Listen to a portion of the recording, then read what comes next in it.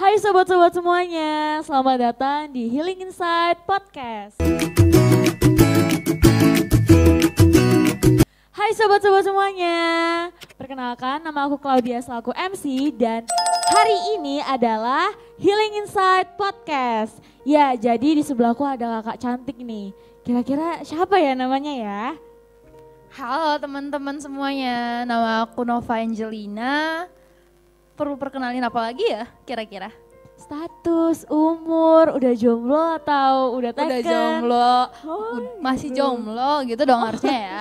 Masih jomblo Oke. ya, oke. Udah jomblo, masih gitu. jomblo gitu dong harusnya ya. Masih jomblo Oke. ya, oke. Gak Jadi, perlu lah ya itu ya. oke. Jadi Kak Angel apa kabar nih hari ini? Luar biasa sih, puji Tuhan. Puji Tuhan, setelah melalui weekday yang sangat padat ya, akhirnya ke weekend juga.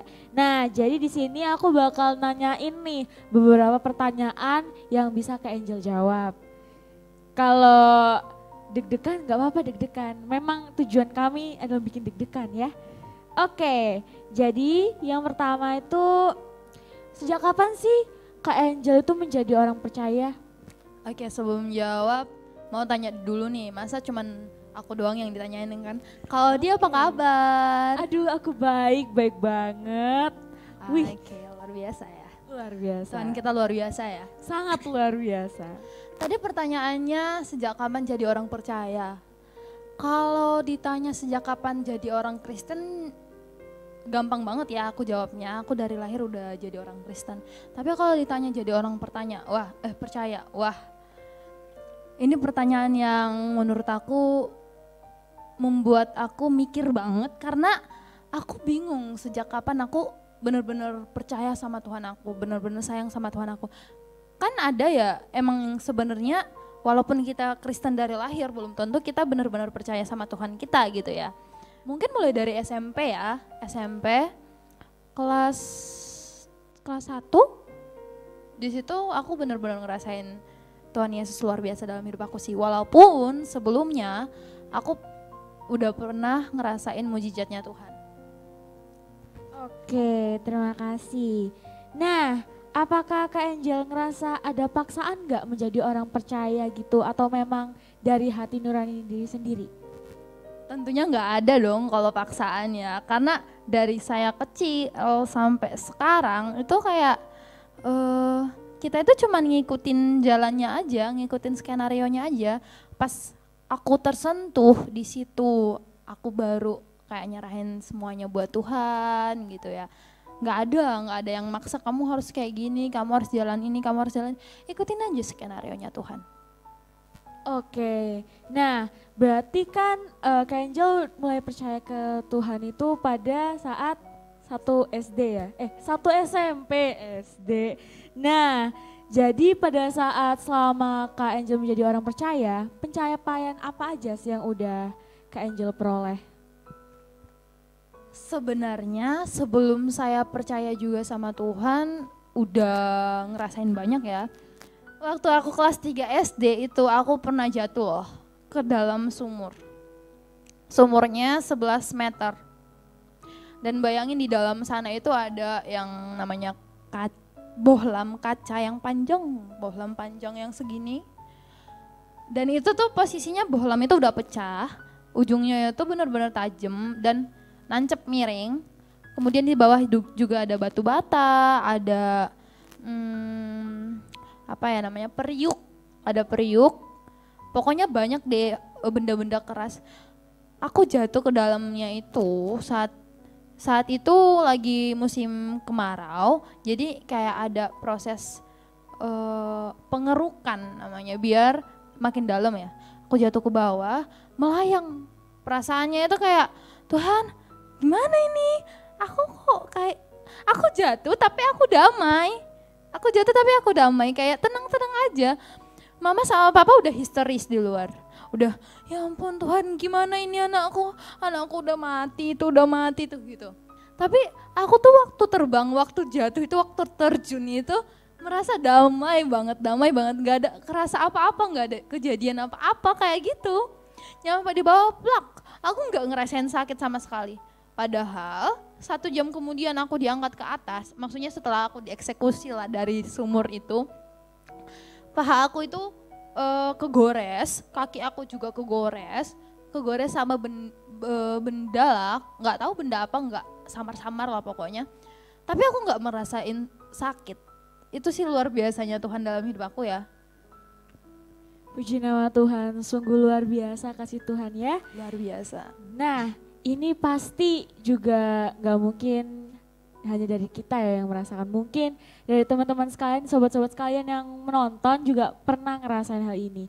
Selama Kak Angel jadi orang percaya, pernah nggak dibully karena menjadi orang percaya? Pernah banget sampai sekarang. Aku loh, kuliah juga dibully karena di kelas aku jujur aja berapa doang ya Kristen ya. Padahal itu udah sekolah Cina ya kan, harusnya banyak Kristennya. Tapi kebetulan di kelasku itu, kelas aku yang baru, kita cuman sedikit Kristen dan yang paling nunjukin kekristenannya itu ya aku sama teman-teman. Pernah sampai gimana ya, aku itu dibicarain sama orang. Jadi gini, aku punya teman namanya oh nggak usah spill nama ya, nggak usah spill nama. Aku punya teman, jadi teman aku ini pas aku masuk, sebenarnya sebelum aku masuk, tapi persis sedikit banget selang waktunya, dia lepas hijabnya dia. Terus aku masuk, kita jadi teman dekat. Orang-orang pada tanya, sampai admin sekolahku tanya, Angel, dia lepas jilbab gara-gara kamu ya? Digituin. Loh kok gara-gara aku sih? Orang sebelum aku kesini loh dia udah lepas hijab gitu. Terus kita bareng-bareng, terus aku ajak dia main, aku ajak dia nginep di rumah aku. Terus temen aku nanya lagi, kamu ngajak dia nginep di rumah kamu ya? Terus aku bilang iya, emang kenapa? Nggak apa-apa. Tapi ternyata di belakang aku, temen aku ini tanya ke orangnya itu, kamu nginep ya? Terus dia bilang, iya aku nginep. Kamu jangan deket-deket loh sama Angel, kamu jangan mau lah, nanti kamu diapa-apain. Udah gitu kita beda loh sama dia. Dan kamu nanti dihasut loh masuk ke agamanya, sampai gitu kata-kata dari beliau gitu ya kan. Tapi ya gimana ya, bulian apapun itu, kalau misalnya kamu udah ngerasa ya udahlah, Tuhan itu punya rencananya sendiri kok. Tuhan itu hebat, Tuhan itu bilang kamu itu nggak usah peduliin apa kata dunia lah gitu. Ya jadi buang semua rasa khawatir kamu, buang semua rasa aku kok gini ya, masa orang-orang bilang aku kayak gini. Gak usah minder, karena kamu Kristen gak usah minder. Nah itu tuh, jangan minder karena orang Kristen, malah kita harus bangga menjadi orang Kristen. Nah selanjutnya, apa sih suka dan dukanya menjadi orang percaya menurut Kak Angel? Suka duka menjadi orang percaya, sukanya banyak, dukanya juga banyak. Kayak tadi dukanya kan dibully ya, dari SD dibully, SMP masih, tapi enggak dibully banget sih. Kalau di SMA enggak dibully. Cuman prosesnya waktu SMA itu kita dihadapkan dengan pilihan-pilihan yang menurut kita berat ya. Misalnya kayak berhubungan sama lawan jenis, apa yang harus kita lakuin, apa yang harus kita ucapin. Itu tuh benar-benar nantangin kita. Gimana cara kita ngadepin dunia ini? Gimana cara kita supaya kita nggak mendukakan hatinya Tuhan gitu. Itu tuh tantangan ya. Itu tuh yang suka duka. Kalau itu masuk ke duka juga kita nggak bisa bilang itu duka. Itu tuh challenge buat diri kamu. Kamu tunjukin kamu pilih siapa sebenarnya. Kamu pilih Tuhan atau pilih dunia ini gitu. Kalau untuk suka banyak banget.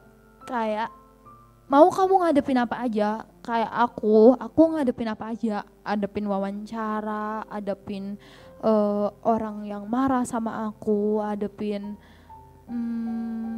persoalan-persoalan lah pokoknya dalam kehidupan aku, krisis keuangan. Aku tuh nggak pernah ngerasa khawatir. Kalau orang-orang bilang ya, orang-orang yang sekeliling aku bilang, kamu kok nggak khawatir sih, kamu lo udah kayak gini. Terus aku bilang, aku ngapain khawatir, Tuhan lo udah punya jalannya sendiri gitu. Kayak kemarin visa aku ada masalah, aku sama teman aku ngurus visa bareng, padahal appointmentnya kita itu aku jam 10, dia jam 11, tapi malah punya dia selesai duluan dan punya aku ada kayak kesalahan sedikit, bukan kesalahan juga sih, cuman mau memastikan aja ke konsulat pusat. Dan akhirnya itu teman aku udah selesai, udah semua udah pembayaran, aku nggak diproses. Padahal jam 3 aku masih ada event, aku tuh udah deg-degan ya. Tapi aku ingat lagi, iya aku punya Tuhan kok, aku punya Tuhan yang hebat, ngapain aku khawatir gitu. Ngapain aku khawatir? Terus temen aku yang malah khawatir, dia bilang gini, Nov, kamu loh, itu loh visamu, kenapa kamu malah main game? Karena saat itu aku main game dan dengan santainya semua udah Tuhan atur gitu. Sebenarnya kita nggak boleh ya sepelein apa-apa, nggak boleh. Yang penting kamu nggak ada rasa khawatir aja. Damai banget rasanya, damai banget. Persoalan apapun aku pasti bisa bersama Tuhanku gitu. Wah, puji nama Tuhan. Berarti bisa dilihat kalau Kak Angel ini bahagia menjadi orang percaya. Oh tentu banget. Oke. Kayaknya pertanyaannya udah sampai sini aja karena jawabannya sangat memuaskan hati aku banget ya. Apalagi pertanyaannya juga dijawab dengan benar dan tepat gitu. Nah, ini adalah akhir dari podcast kita hari ini. Terima kasih sudah menonton dan sampai jumpa di podcast selanjutnya. Shalom. Shalom.